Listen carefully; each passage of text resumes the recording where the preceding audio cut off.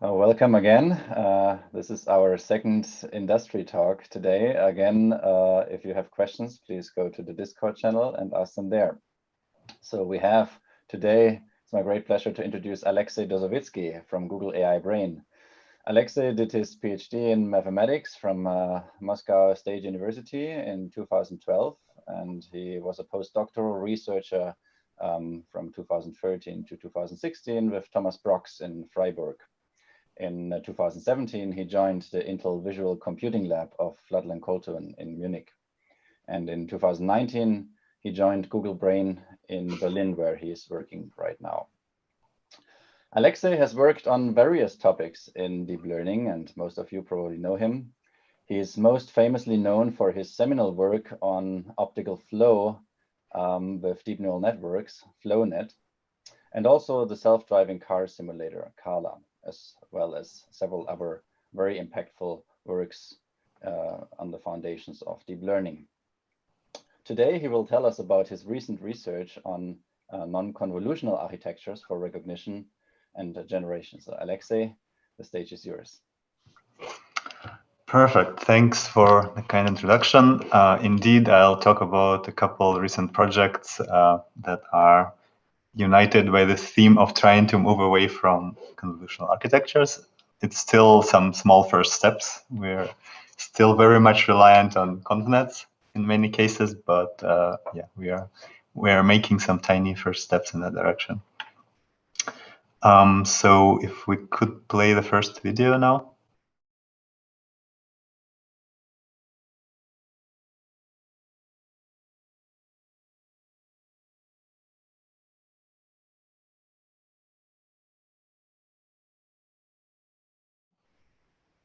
A video of a more or less state-of-the-art computer vision system. It's not the work by me. It's not an output of a model presented in this talk. It's just a video from Waymo's YouTube channel showing that, you know, after a lot of engineering, after multiple years of many smart engineers working on this, we can build this computer vision system that looks at the driving scene, and it's able to detect humans, detect cars, track everything, detect traffic signs, and generally represent the scene in terms of a set of objects and their interactions, which is largely what we want out of a computer vision system. It's safe to assume that a key technology used in this computer vision system are convnets. Convnets are generally workhorses of computer vision these days. And what they do is they superimpose a grid on top of an image, usually like a pixel grid, and then gradually reducing resolution. And all the computation happens on this regular grid, which is nice because it's easy to implement efficiently on accelerators, and that makes convnets very efficient and fast on hardware. But also conceptually, it's not obvious if that's the right thing, because while computationally convenient, in reality, the world does not really live on a grid. The world is actually sparse and inhomogeneous, and some areas of the image might be quite boring, such as the sky or the road. They are large areas without much going on, and then other parts of the image might be much more interesting and rich in information, such as, let's say, the pedestrians or the cars and the objects. And so these dots, they don't mean anything in particular, but they kind of aim to represent this idea of world not being a grid, but rather being some constellation of objects and their parts and their interactions, and etc. So yeah, exactly. This mismatch is what largely motivates this work. The world does not live on a grid, but the convnets do. And to reinforce this point, we can also look at other modalities than just images, such as video or 3D data or biomedical data. In all these cases, application of convolutional networks becomes even more problematic in video and 3D, because now instead of dealing with a 2D array, we have a 3D volume, and applying brute force convolutions there becomes really expensive. People have done it. It's possible with some effort, but not easy. And in biomedical data, again, data can be high dimensional or very high resolution. And again, brute force application of convolutions becomes computationally problematic. So looking at these other modalities, we can also see motivation for trying to derive some new architectures. And that's what motivates our first tiny steps in this direction. Really, like, this is a high-level motivation. It's not that we solved everything yet, but we are taking some steps. So the first project I'm going to talk about is object-centric learning with slot attention. It's work with many colleagues at Google in Berlin and in Amsterdam. And the idea of this work is to propose an architecture that can take as input some set or grid of elements. For instance, in our case, it's usually a feature map from a continent, and it can convert this grid to a set of things, to a set of slots. And in our case, these slots would typically correspond to objects observed in the input. And it operates via iterative attention procedure, which I will talk about in more detail in what follows. And we take this module and we apply it to two tasks in the paper, to object discovery, which is unsupervised. And the idea is to take a data set of images and without any supervision, learn to detect objects in them, to segment objects in them, to be more precise. And the second task is supervised set prediction, where the data set is now labeled, and for each image, there is a set of labels per object, and the task is to learn to map these images to these sets of objects. And here the output is set, which is why it's quite non-trivial to do with standard CNN or MLP or such. Right, so now diving into more detail. The problem we are addressing is like this. We want to take some input, can be a grid or a set or anything, and then we want to aggregate it into a set of slots that are exchangeable. So the output should actually be a set, not an ordered list. And yeah, intuitively, in most cases, these slots would correspond to something like objects or parts or background. And here is how we do it. So now the method is pretty easy. So it's actually possible to write out the full pseudocode on one slide without making it very cluttered. So we start by getting as input the feature maps and associated position embeddings. Because the module is completely agnostic of the notion of space, the input elements need to come with some position information. So the simplest version is for each location on the feature map, append the x and y coordinates to it. Then we initialize the slot from some simple random distribution, such as normal, either with learned, mean, and standard deviation, or just fixed. And then we iterate, and these iterations are shown on the right-hand side. So T1, 2, 3 are the 3 iterations.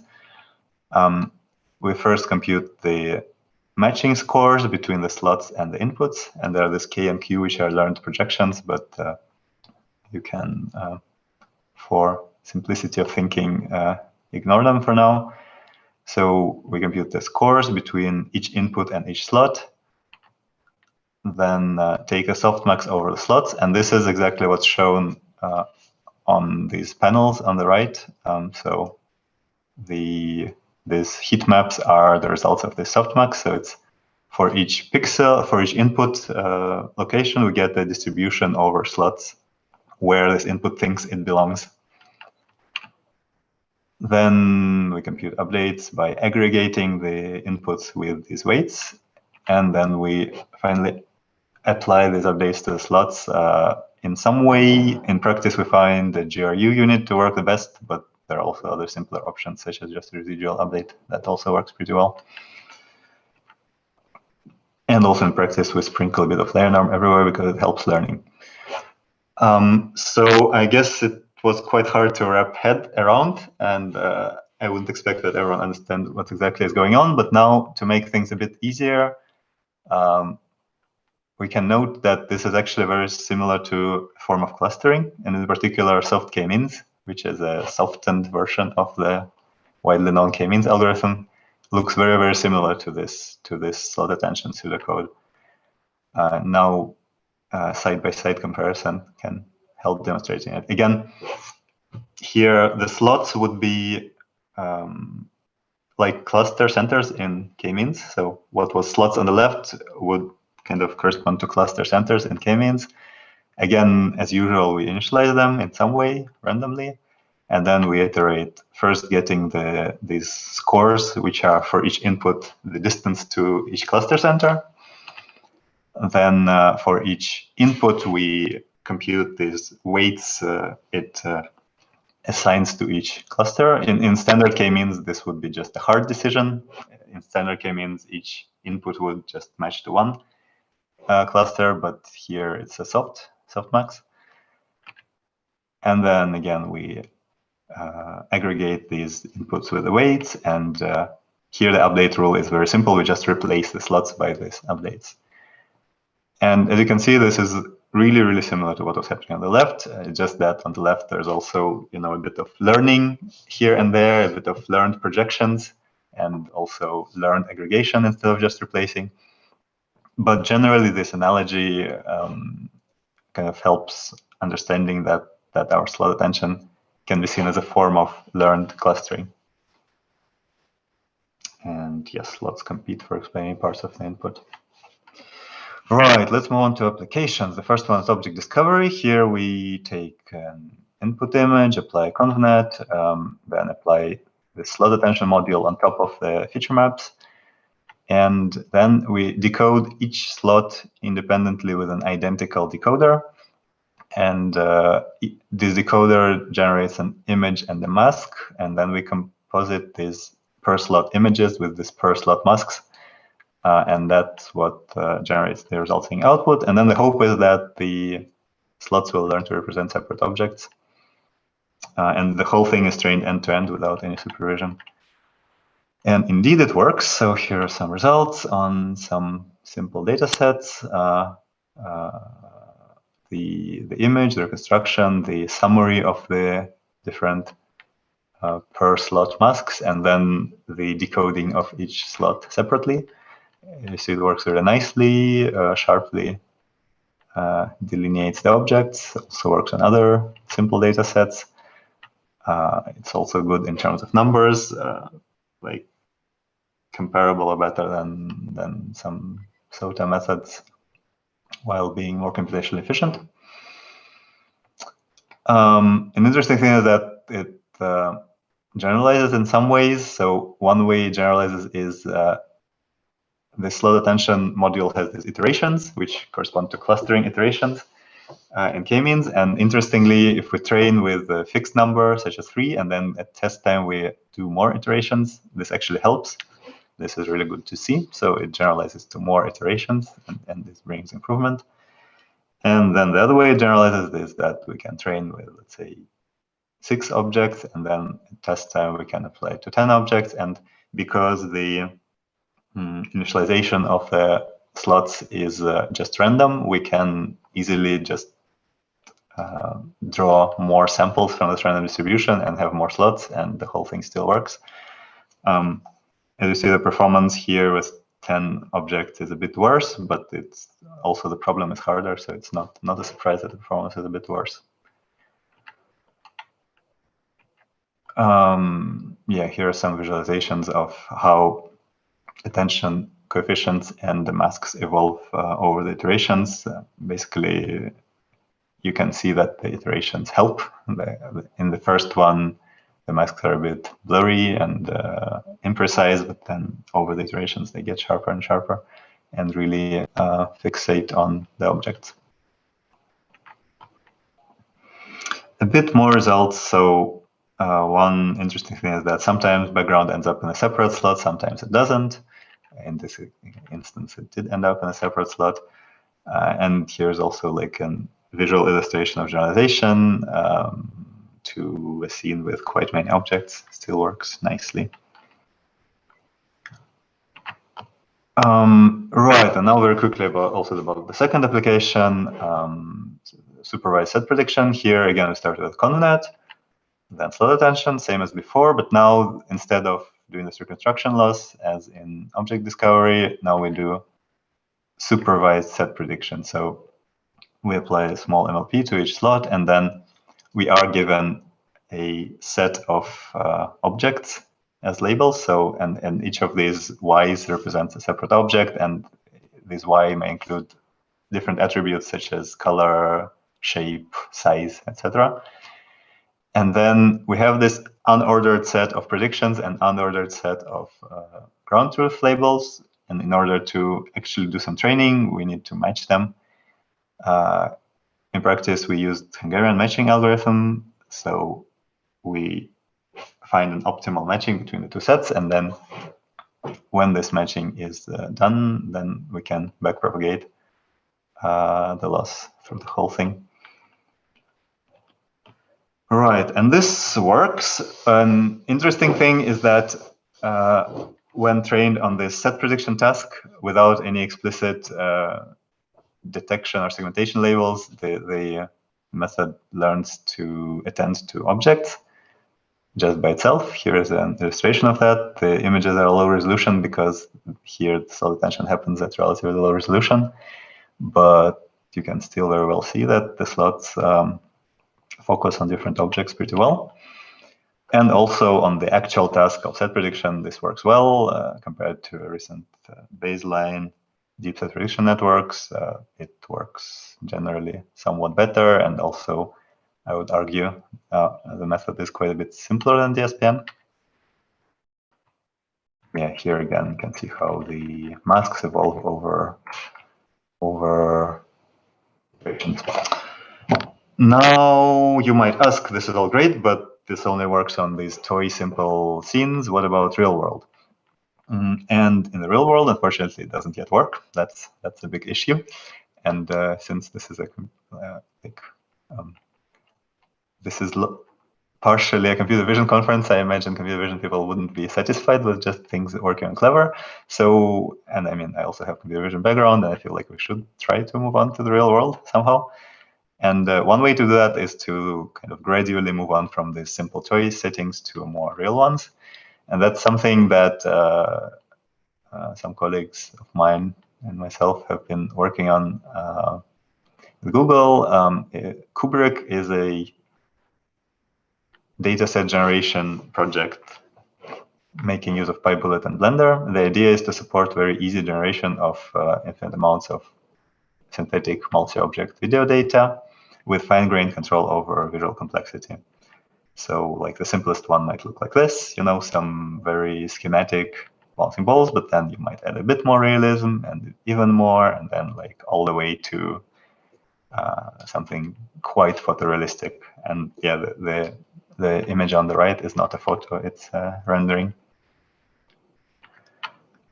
So what we currently have looks something like this. So we have some synthetic objects, can run physics on them, they can interact with each other, and we can get a lot of ground truth modalities out per pixel and also per object. The idea is that the project is very easy to use. It's also open source from the get-go, so it's already on GitHub. You can have a look. It's still very early. Started just a few weeks ago, so don't expect it to work perfectly flawlessly yet, but there's some nice progress, and yeah, basically reach out, and contributions are also always welcome. We would like it to become a useful standard tool for these synthetic dataset generation tasks, which are for us inspired by this object learning, but are actually quite often used also in other research directions, such as, for instance, neural rendering very commonly requires some simple synthetic data sets like this. All right, so now in the last few minutes, I hope I'll quickly talk about image generation, speaking of neural rendering. So in image generation, there's also the same issue that when you want to deal with higher dimensional data, such as 3D, convnets become problematic because they're just very expensive in 3D. People have tried different ways to fight this complexity. For instance, oak trees, which have adaptive grid size, and that reduces the complexity, or point clouds that don't live on the grid. So again, they don't necessarily depend so strongly on the dimensionality of the space. But then more recently, implicit representations are trending. The idea here is that you represent the 3D object or scene of interest with a function approximator instead of an explicit geometric representation. And the function approximator would typically take a position in space and map it to different properties one might be interested in, such as occupancy or side distance function or color or such. And then one can train this function approximator, and afterward, in order to get an explicit geometry out, one can just query it in many locations in the space and use it to reconstruct an explicit geometry. And what I'll talk about next has to do with this implicit representations. In particular, is based on NeRF, neural radiance field, which is a recent popular method for implicit neural view synthesis. As I understand, it was already mentioned in one of the keynotes before, so maybe I don't need to dive too deep into how it works, but basically it's a volumetric rendering-based implicit representation for view synthesis, and it works really well on toy settings. Let's just take it as given for now. Now, our question was, can we apply it to more in the wild data? And the challenges that instantly come up are, for instance, the change of appearance. So when people take photos of landmarks, there's just different weather, different lighting, and then volumetric consistency is simply not true between different images. Second issue is with transient occluders. So there are just usually people or things in scenes and in the real world. And again, just directly assuming volumetric consistency between these images would be wrong. So what we tried to do is to fight both of these issues. For appearance, we introduce additional appearance embedding that NeRF is conditioned on, and that is learned per image. And it takes care of these varying appearances per image. Then for transient objects, it's a bit more involved, but basically we also introduce a transient embedding per image and decompose the scene into static and transient part. And we regularize the transient part to be as small, as simple as possible, but yet the model can use this transient part per image if it cannot explain the observations in an image by the shared model. This was a very brief version, and now let's roll the result video, and then I'm done.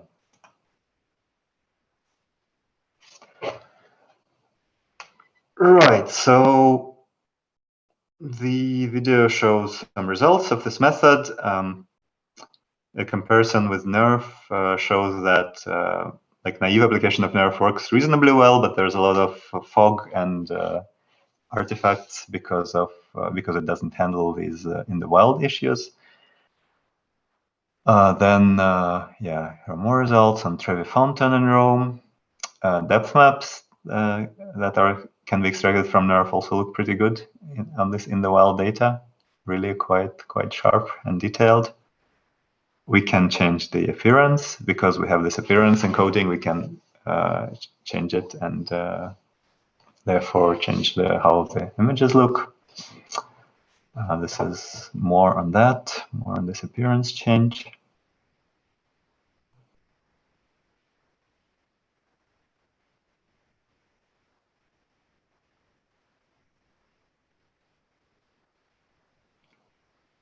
Compared to some prior work, such as neural re-rendering in the wild, our results look more temporally stable and also overall of higher quality.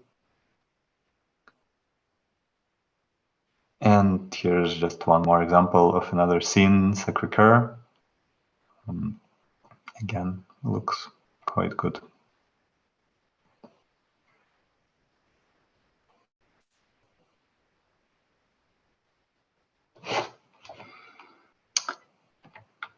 Oops. All right, so that's it. I want to thank all the collaborators from all these projects. Obviously, it's mainly work done by them.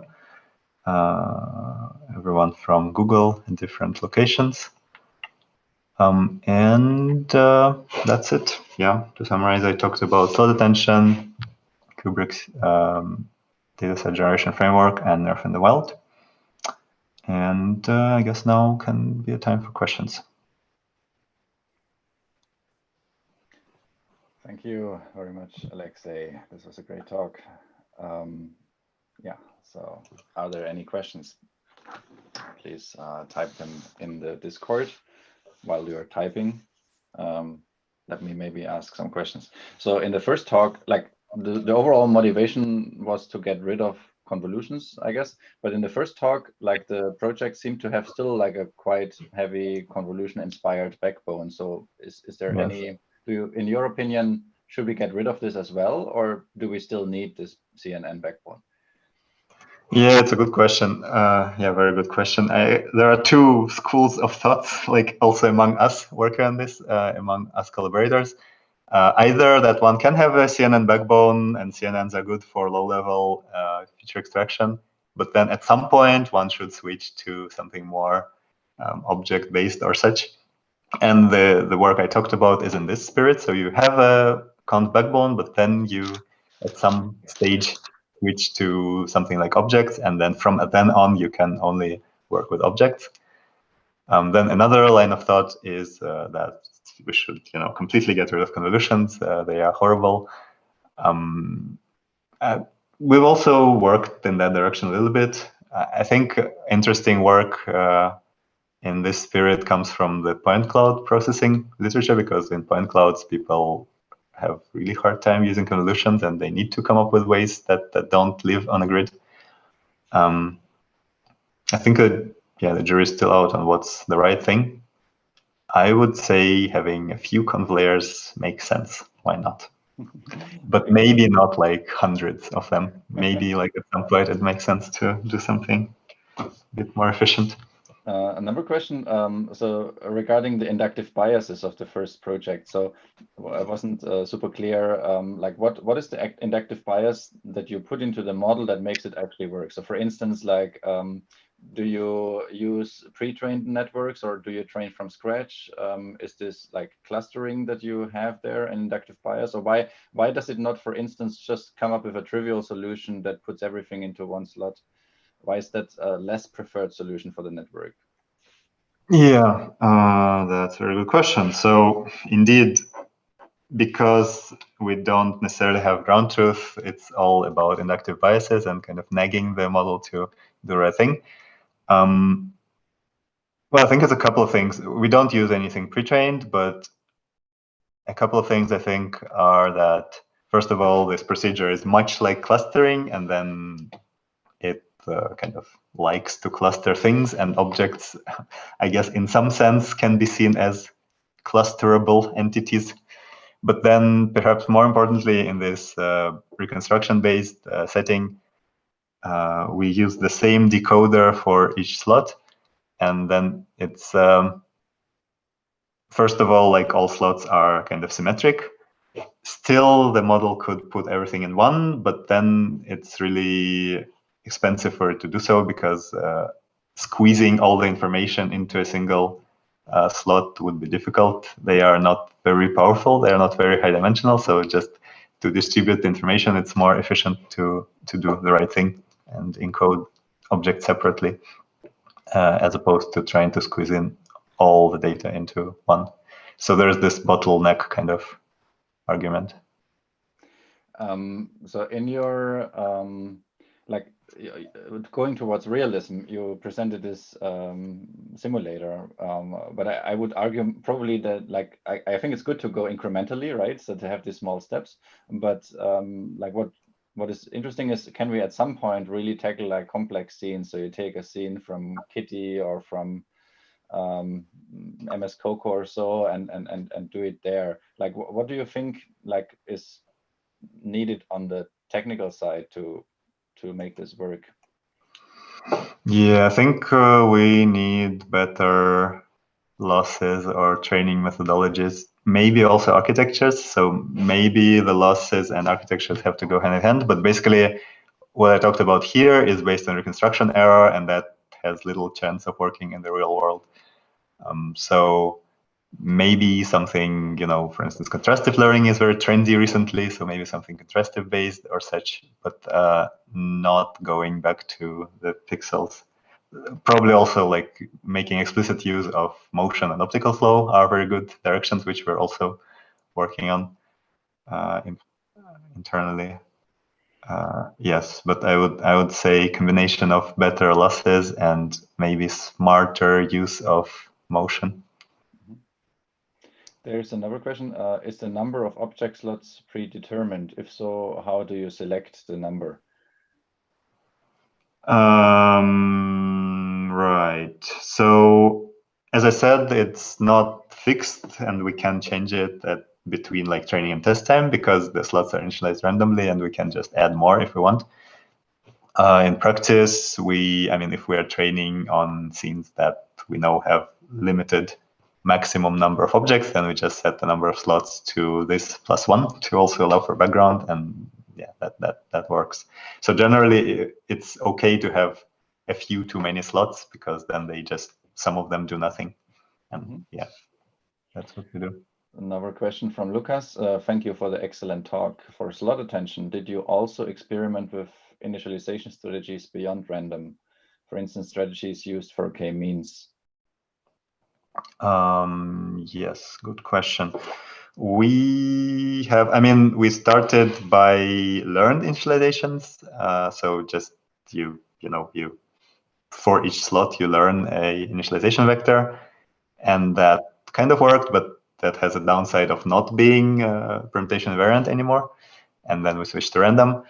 I don't think we explored any more interesting, more involved permutation invariant initialization strategies, but that probably could be a very good idea, because while learning can probably kind of figure out how to accommodate with this fixed random initialization, it might be better to do something data driven perhaps, and yeah, that might help. Hannah asks, thank you, Alexey, for the very nice talk. I was just wondering, in NERV in the wild, you showed some nice comparisons to the basic NERV model. One could clearly see the improvements of the clouds disappearing, and your approach improved that pretty well. But there were still some transparent objects visible while other occluders were totally removed. Could you tell why some occluders can be excluded rather well, while some still appear through those transparent objects? Yeah, that's a very good observation.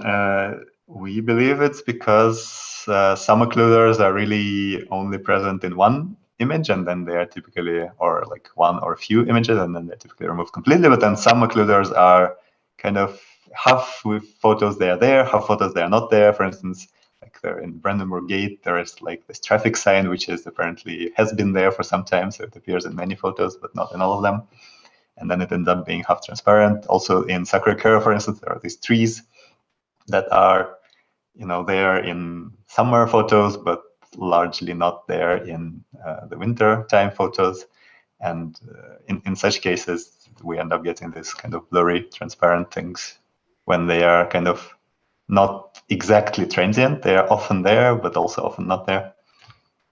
Mm-hmm. Fantastic. So that's all for now. We need to conclude also. Thank you very much again, Alexey, for sharing your latest results with us today. And this concludes the session. We will have a break now and then continue after the break. Thank you.